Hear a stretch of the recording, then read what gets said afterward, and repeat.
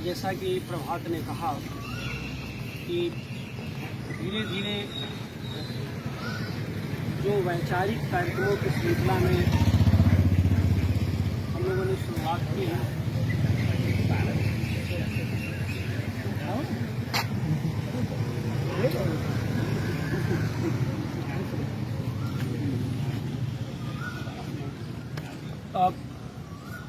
पुलिया प्रसंग ने आज तुलसी की जयंती पर यह जो आयोजन किया,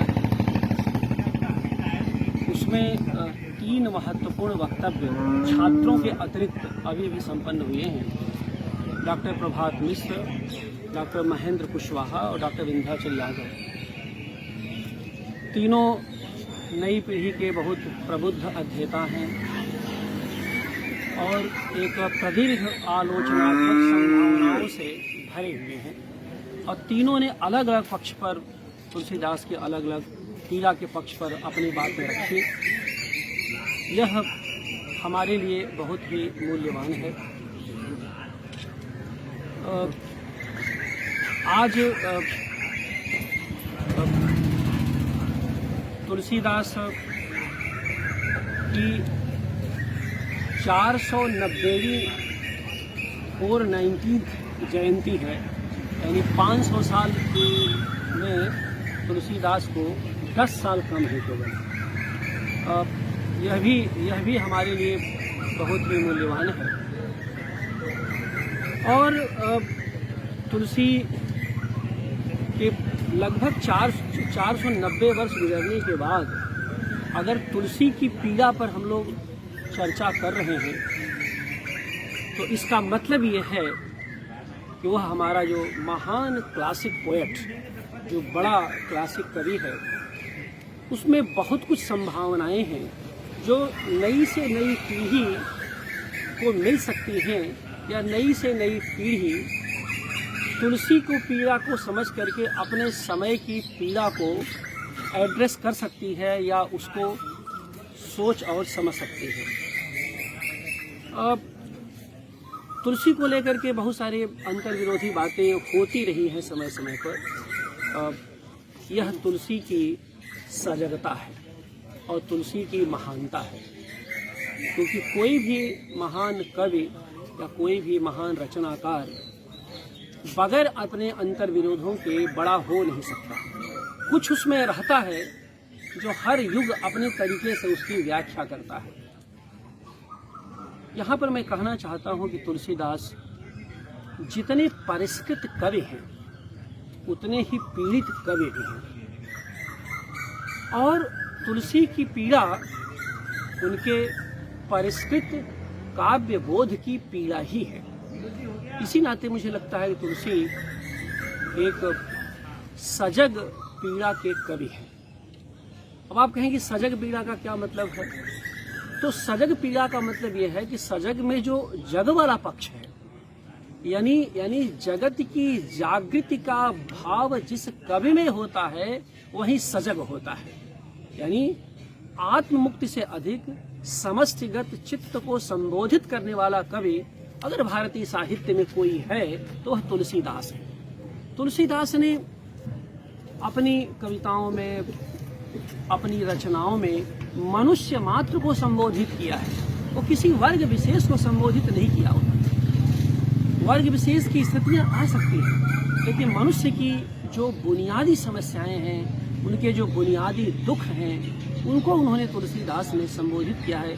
इसको इस नज़रिए से, इस पर बहुत अच्छे हमारे 3 साथियों ने, पूर्व के साथियों ने बहुत अच्छे तरीके से अपनी बात की। खासकर प्रभात मिश्र ने उनकी पीड़ा को बहुत ही एक व्यवस्थित रूप से दर्ज करने की कोशिश की। तो ये कह रहा था कि उनकी जो सजग पीड़ा भाव है, उसमें जगत के प्रति जो जागृत का, उससे जुड़ने की, उसको एड्रेस करने की, सृष्टि को संबोधित करने का जो उद्देश्य है, वह हमारे लिए बहुत ही एक तरह का गौरव का भी विषय है और हमारे लिए बहुत ही प्रेरणा का विषय भी है। अब ये बात सही है कि उनकी रचनाओं के 2 पक्ष हैं। एक तो रामचरितमानस है और दूसरा उत्तर रामचरितमानस का पक्ष है, जिसमें कवितावली और विनय पत्रिका जैसी रचनाएं आती हैं। जो 1600 के बाद लिखी जाती हैं और रामचरितमानस तब तक समाप्त हो चुका रहता है। उनकी पीड़ा, जिसमें कहता है कि उनकी निजी पीड़ा और निज की जो सार्वजनिक उपस्थिति होती है उनकी कवितावली और विनय पत्रिका में दिखाई देती है, यह भी सही बात है। और वो भी देखिए कि कितने व्यवस्थित तरीके से वह पीड़ा को संबोधित करते हैं। कवितावली की एक पंक्ति है, कवितावली बहुत सारे, काशी में महामारी का, काशी में शिव का महात्मा है, इस तरह की बातें काशी की जो सामाजिक संरचना है उसके बारे में बोलते हैं। उसमें बड़ा अच्छा एक है कि भाई पाँव पीर, पेट पीर, बाँह पीर, मुख पीर और सकल देह भई पीर मई भई है। यानी ये चीज़ मैं पंक्ति जब उसको याद करता हूँ तो कितनी प्रभात, कितनी व्यवस्थित है। पाँव पीर, पेट पीर, बाँह पीर, मुख पीर, मैंने नीचे से ऊपर का जो वर्टिकल उनका जो गति होती है, यानी हर तरह की पाँवों की पीड़ा, पेट की पीड़ा, बाह की पीड़ा। बाहु पीड़ा से तो खैर खुद ही ग्रस्त थे और उनका निधन भी आप जानते हैं, हनुमान बाहु तो उसी को समर्पित है। और प्लेग से बनारस में उनका निधन हुआ, उसमें डिबेट्स हैं, उसकी बात अलग, उस पर मैं नहीं जाऊँगा। और मुख पीर, यानी ये सब सारी चीज़ों के बाद और फिर कहते हैं कि जर्जर सकल देह भई पीर मई है। तो ये जो पूरी जो संरचना, ये क्या है? यह जो है उनकी केवल आत्म पीड़ा नहीं है, उनकी समष्टिगत पीड़ा है। जहाँ पर कि जीवन लगभग ठहर गया है तो उस समष्टिगत चित्त से द्रवीभूत होकर के, उससे जुड़ करके, उसकी पीड़ा से द्रवीभूत होने वाले कवि हमारे बीच अगर कोई हैं तो वे हैं तुलसीदास। उनको इस रूप में हम लोग याद करते हैं या हम लोगों को याद करना चाहिए। अब आप देखिए उनकी पीड़ा के 3 पक्ष हैं। उनकी पीड़ा के मुख्यतः 3 पक्ष हैं। एक तो कलिकाल की पीड़ा, यानी समय की जो पीड़ा, कलिकाल की पीड़ा। दूसरी है दुष्टों के द्वारा जो गालियां दी जा रही हैं, वो भी उन्हें पीड़ा दे रही हैं। लगातार जो दुष्टों के द्वारा, मैंने बनारस के भी दुष्ट हैं और उस समय के समाज के दुष्ट हैं, उनके द्वारा प्रदत्त पीड़ा है, उसको भी संबोधित करते हैं। और इसके साथ साथ जो है अब उनकी पीड़ा में जो सबसे बड़ी बात है कि मनुष्य की जगत पीड़ा, मैंने जो व्यक्ति है उसकी जो जगत पीड़ा का जो बोध है वो किस तरह से वहाँ पर वो दिखाई देते हैं। और यह जो पक्ष है यह मुझे उनकी युद्ध पीड़ा से जोड़ करके मैं देखने की यहाँ पर कोशिश करता हूँ। यानी जो संघर्ष है, जो अकारण का युद्ध है, जो आगे चल के रामचरितमानस जिस पर कि इस पर थोड़ी देर मैं अभी चर्चा करूँगा। तो आप देखिए कि युद्ध पीड़ा, दुष्ट पीड़ा और कलिकाल की पीड़ा, इन 3 पीड़ाओं से तुलसी का समग्र साहित्य रचा बसा है। अब कलि की पीड़ा को देखिए कि एक उनका दोहावली का एक दोहा है कि रामायण अनुहरत सिख जग भयो भारत भी, तुलसी सठकी को सुने कलि कुचाल की रीत।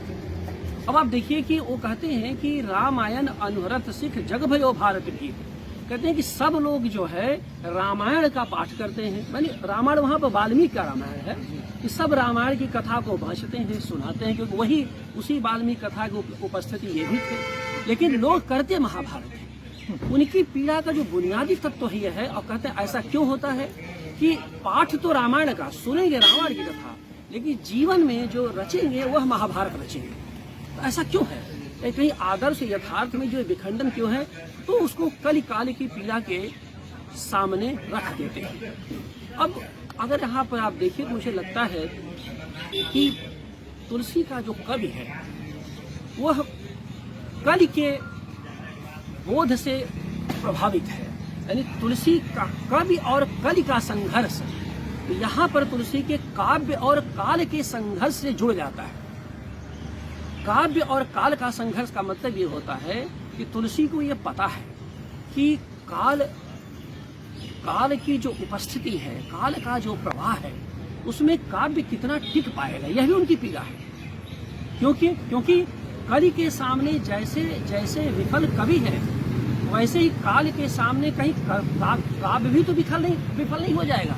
इसलिए तुलसीदास कथा का आधार बना करके इस बात पर जोर देते हैं कि कविताओं को बार बार कहे जाने की जरूरत है और कविता में कथा के तत्व को लिखे जाने की जरूरत है। क्यों? क्योंकि कविता को जैसा प्रभात ने कहा कि संशय को दूर करना, यानी काल की ताकत के समक्ष अगर काव्य की सामर्थ्य को बताना आपको होगा तो आपको काव्य के माध्यम से समाज के संशय को दूर करना होगा। संशय सुभग उड़ावनहारी, बार बार आपको जो है अपनी बातों को करना होगा।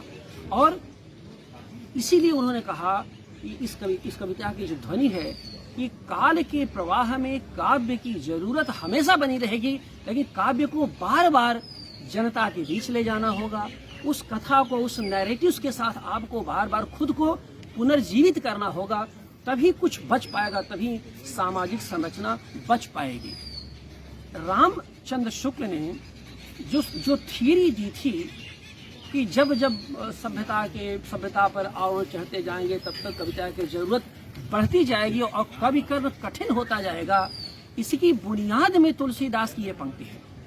इसकी बुनियाद में तुलसीदास की ये समझ है, क्योंकि आप जानते हैं रामचंद्र शुक्ल का पूरा आलोचना संसार तुलसी के संसार से बनता है, तुलसी के काव्यबोध से बनता है। इसलिए तुलसी के अंतर्विरोध आचार्य रामचंद्र शुक्ल के अंतर्विरोध भी बन जाते हैं। उस पर वो एक एकेडमिक डिबेट का विषय है। तो कहने का आशय ये है कि काव्य की सामर्थ्य को जिस तरह से उन्होंने दर्ज किया है और जिस तरह से काल और कल के यही तो हम लोग कोविड में एक कवि कोविद की बात करते हैं कि कवि और कोविद माने कविता, काव्य और कोविद माने जो प्रबुद्ध जन हैं। तो ये सब सारी चीजें हैं। और आप देखिए कि उनकी पीड़ा का एक जो दूसरा भी महत्वपूर्ण पक्ष है जो मुझे यहाँ पर मैं दर्ज करना चाहता हूँ। देखिए, जब युद्ध की बातें करता हूँ, संघर्ष की बातें करता हूँ, तो अभी कुछ दिन पहले मैंने चित्रकूट की यात्रा की थी। वहाँ पर स्फटिक शिला है और उसमें आप जानते हैं कि जहाँ से अरण्य कांड शुरू होता है उसका बिल्कुल आरंभ में ही है कि बैठे फटिक शिला अति सुंदर। अब आप देखिए कि चित्रकूट में मंदाकिनी है और आगे जब पंचवटी जाते हैं तो वहाँ पर गोदावरी है। मैं वहाँ पर जाकर के मैंने इसको लिखा भी है और एक यात्रा संस्मरण में यह पक्ष अभी जल्दी ही किसी बड़ी पत्रिका में प्रकाशित होगा, तो आप देखेंगे। लेकिन मैंने वहाँ पहली बार महसूस किया कि तुलसीदास अयोध्या कांड यानी अरण्य कांड तक तुलसीदास के राम प्रेम के राम है, मतलब एकदम स्नेहिल राम है। लेकिन आप देखिए कि उसके बाद अरण्य कांड जैसे ही आगे बढ़ता है, तुलसी के राम प्रेम के नहीं बल्कि संघर्ष के राम, बल्कि एक तक कह सकते हैं युद्ध के राम बन जाते हैं। यानी कैसे, वो स्थिति क्या होती है? तो राम कभी भी आप देखिए राम कथा में भी तुलसी ने वो कथा अपनी जगह पर, लेकिन तुलसी ने राम को कैसे बचाया है। वो कहते हैं कि भाई सीता चरण चोच हति भागा, महामूढ़ मति कारण कागा। अब आप देखिए कि यही वह डिपार्चर पॉइंट है जिसमें कि राम कथा को, रामचरितमानस के कथा के दो पक्ष बन जाते हैं। पूर्व पक्ष में आप देखिए कभी भी राम ने संघर्ष के लिए, युद्ध के लिए धनुष बाण नहीं उठाया है, कभी भी आक्रामक राम नहीं है। क्यों?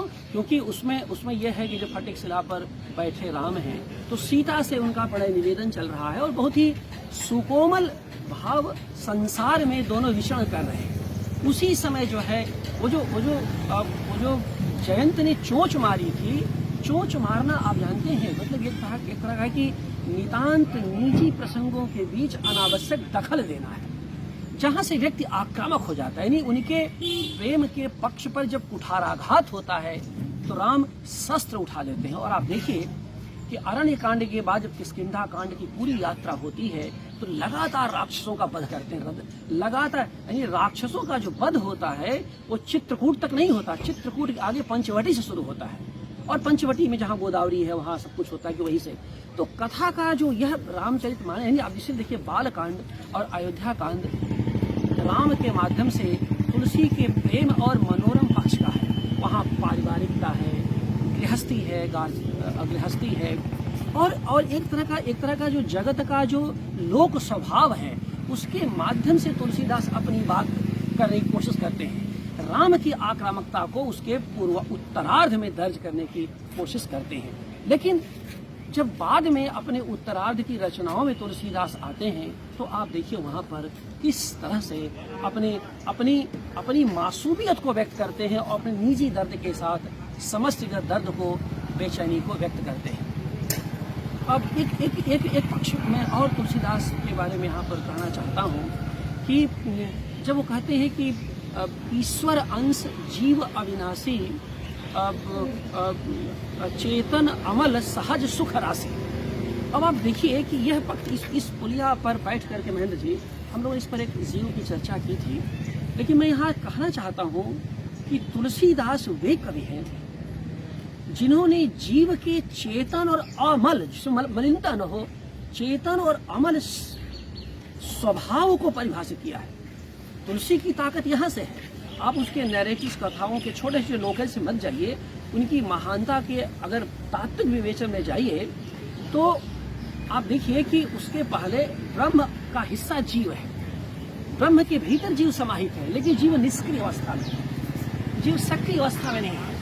जब तक जीव सक्रिय नहीं होगा तब तक व्यक्ति में रूपांतरण हो नहीं सकता। इसके पहले इसकी चर्चा हम लोग कर चुके हैं यहाँ पर। और जब तक जीव व्यक्ति में रूपांतरित नहीं होगा तब तक जगत की व्याख्या संभव, क्योंकि जीव और जगत की बात अपनी जगह पर है, लेकिन व्यक्ति और समाज की संरचना ही बन सकती है, जीव और समाज की संरचना बन नहीं सकती। तो जब उनका जीव व्यक्ति में रूपांतरित होता है तो वही समाज के निर्मित का वही समाज है जो तुलसीदास पकड़ना चाहते हैं। और इस रूप में आप देखिए कि आधुनिक मन स्थितियों के प्रस्तुता के रूप में तुलसीदास दिखाई देते हैं। क्यों? क्योंकि जीव की चेतनता ही जीव के व्यक्ति में रूपांतरण की कथा है। और जब व्यक्ति रूप में जीव रूपांतरित हो जाता है तभी वह समाज से सन्नद्ध होता है, उसी से संबद्ध होता है और उसी से आबद्ध होता है। क्यों? क्योंकि जो सेल्फ आइडेंटिटी होती है वो जीव के पास नहीं होती, आत्म पहचान केवल व्यक्ति के पास होती है। और क्योंकि आत्म पहचान के लिए समाज का होना जरूरी है, तो तुलसी समाज के भीतर व्यक्ति के आत्म पहचान के कवि है। और व्यक्ति की आत्म पहचान बगैर व्यक्ति की संभव पीड़ा के संभव हो नहीं सकती थी। इसलिए व्यक्ति की संभव पीड़ा के कवि के रूप में भी तुलसीदास को हम लोग याद करते हैं और तुलसीदास को हम यहाँ पर इस रूप में समझने की कोशिश करते हैं। तो इस तरह से आपने देखा कि तुलसीदास का जो बृहत्तर मानस है, उनकी ठीक आप देखिए, आप दुष्टों की बात करिए, पूरे बालकांड के आरंभ में ही सबसे पहले असंतों का चित्रण ही किया है। सबसे पहले जो असाधु लोग हैं उनका उन्होंने चित्रण किया है। संतों का तो बाद में किया है, खल वंदना किया है। तो कितनी पीड़ा थी। और आप जानते हैं कि इसी शहर में अप्पय दीक्षित जैसे उनके लोग थे, उन्हें स्वीकार नहीं करते। उनको ब्राह्मणों ने भी गाली दी और गैर ब्राह्मणों ने भी गालियां दी, दोनों पक्षों से गालियां पाते हैं। गैर ब्राह्मणों ने वर्ण व्यवस्था को आधार बना के गाली दी और ब्राह्मणों ने गाली इस आधार पर दी कि लोक भाषा में संस्कृत छोड़ के लोक भाषा में कैसे कर रहा है। लेकिन उसकी ताकत देखिए, और वह ताकत ही है कि जगत पीड़ा को सजग रूप से व्यक्त किया उन्होंने। जगत पीड़ा को पूरे सजगता से व्यक्त किया। और यही वजह है कि हर समय का संसार, हर समय का समाज उनकी रचनाओं के भीतर, उनकी कविता के भीतर अपनी आत्म छवि देखता है। वो चाहे परिवार की पीड़ा हो, चाहे समाज की पीड़ा हो। आप जानते हैं कि परिवार में जितने भी फ्रैक्चर रिलेशंस होते हैं, रामचरितमानस के पास लोग एक आदर्श की खोज में जाते हैं। आज जो पारिवारिकता, गृहस्थी में टूटन हो रही है, आज हमारे सामने रामचरितमानस आज भी एक आदर्श है। और आप देखिए कि आखिरी बात मैं यहाँ ये कहना चाहता हूँ कि आप देखिए कि तुलसीदास बालकांड के पहले ही दोहे में गुरु की वंदना करते हैं। वंदौ गुरुपद पदुम परागा, सुरुचि सुभाष सहस अनुरागा, अमीय मूलमय चूरन चारु। और क्या है कि हाँ, मतलब ये है कि हरण सकल ये भव भारू, ये शब्द है भव भारू। मेरे लिए जो काम का है भव भारू कहनी, यानी जो भव की जो संसार का जो दुख है वो गुरु से अपेक्षा करते हैं कि संसार के दुख को आप हरण कर लीजिए पहले ही।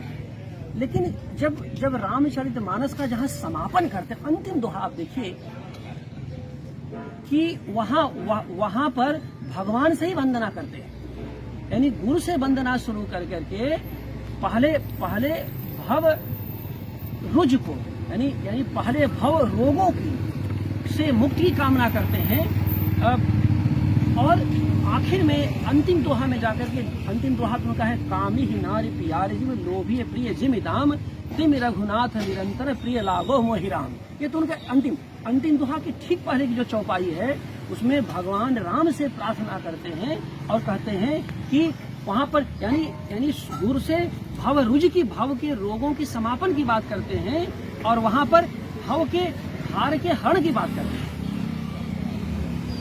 अब वहां पर ये संभवतः एक चौपाई का हिस्सा है कि अस विचार रघुवंश मणि हरहु सकल भव भार।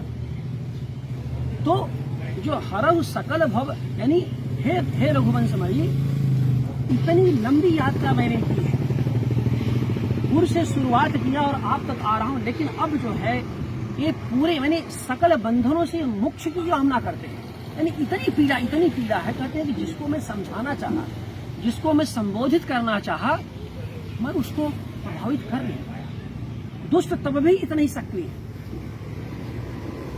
कुरीतियां विकृतियां इतनी ही सक्रिय हैं, सामाजिक वर्ग भेद अभी भी वैसे ही बना हुआ है। तो अब इस संसार से ही मुझे विदा कर दीजिए, यह तुलसी की पीड़ा है।